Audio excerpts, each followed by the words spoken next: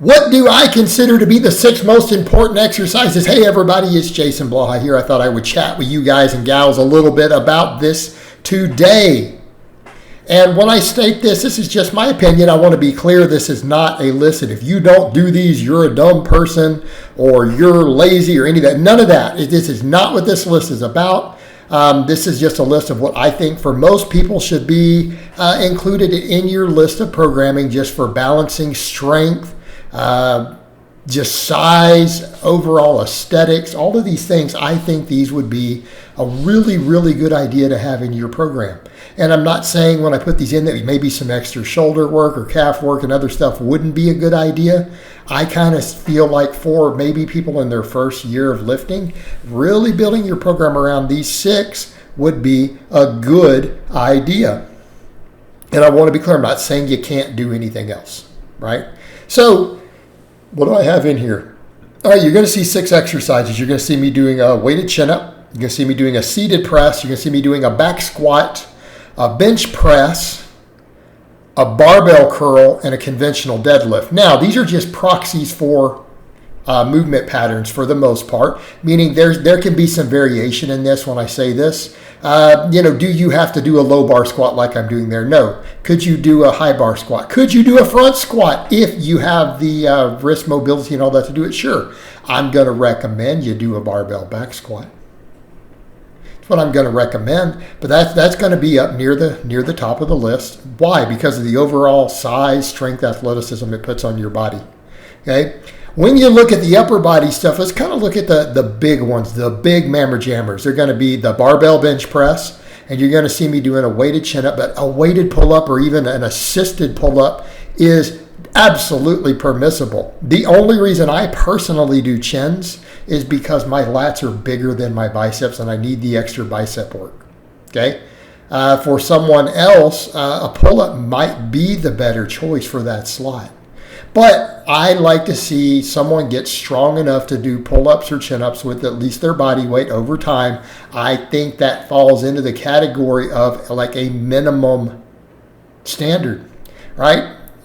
And I think that is fair, that if you train and you work out and you call yourself fit or athletic and you can't do a single chin-up or a pull-up with your body weight, it's time to assess the problem, right? There's an elephant in the living room that you need to address at that point. So that is definitely up there on the list. But it doesn't have to be the exact chin-up. It doesn't have to be the pull-up with a wide grip the way I like to do them when I do them. It could be a neutral grip pull-up. But the point is that ability to move your body through space with that vertical pull will really, really give you a wide, great back, and it will carry over to a lot of development. Same thing on that bench press. Bench press, but it could be a reverse grip bench, but I think that the novice would do better to stick with mostly a barbell flat bench press. Now, could you do an incline bench? Maybe if you really cared about upper chest, sure. I wouldn't have that big of a problem with someone doing that. And it's the same. You see me doing an overhead press there. You know what? If you have good shoulders and you really wanted more chest, could you do flat bench and then incline? Could you substitute that in? Absolutely. Absolutely. Now, could a novice come in and just skip both and do lots of incline? Sure. But I'm going to recommend some sort of flat type bench and some sort of overhead press, even if it's going to be an incline. I don't care whether you choose to do a seated or a standing. These days, I prefer a seated press for overhead. But again, getting a vertical and a horizontal type pull, good idea. It's a really good idea. In fact, you should do it. And again, bench press is one of the king of chest building, right? If you perform it correctly. And anyone who says, well, I don't really get that great a chest from benching, you don't know how to perform the bench correctly. This can be fixed. Again, I've got tutorials and stuff on this. I probably need to do more of them coming up.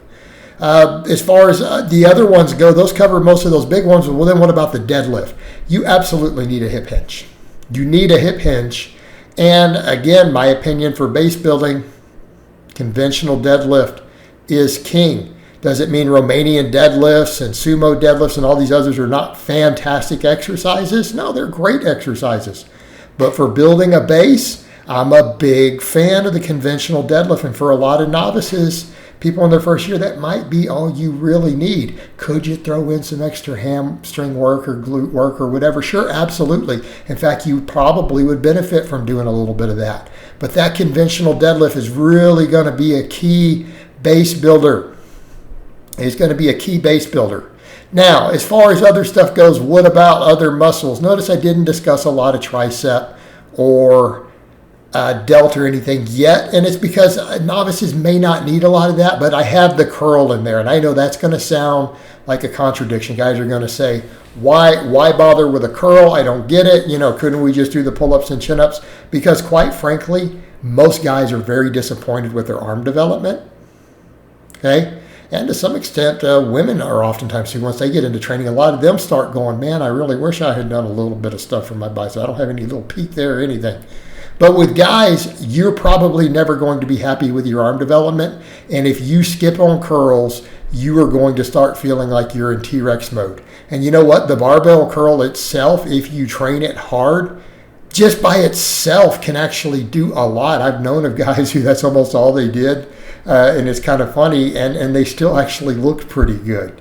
And I know it sounds ridiculous, but keep in mind, a big standing barbell curl, even done strictly, it does work a lot of muscles, okay?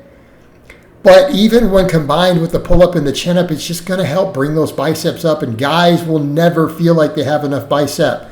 So it's best to just start doing curls early on, get proficient at them, do them strict, don't flop around and cheat and do nonsense. Learn to do them through strict or do them through a full range of motion, and just work on your biceps with that. Now, all of that being said, so why not other delt and all this stuff? Because, pull-ups and even overhead work, honestly, for a lot of novices, will get the job done. Plus, if guys start going, well, I need more shoulder, you could always just start spamming lateral raises. Like, problem solved. But as far as a base program, I think this other stuff is stuff that you absolutely are going to need, you're going to want. Same thing when it comes to triceps. You got two different types of press, and then the pull up and the chin up actually does help with the long head of the tricep a little bit. So you are going to get some carryover for a lot of the other parts of the tricep that the presses aren't building for base building.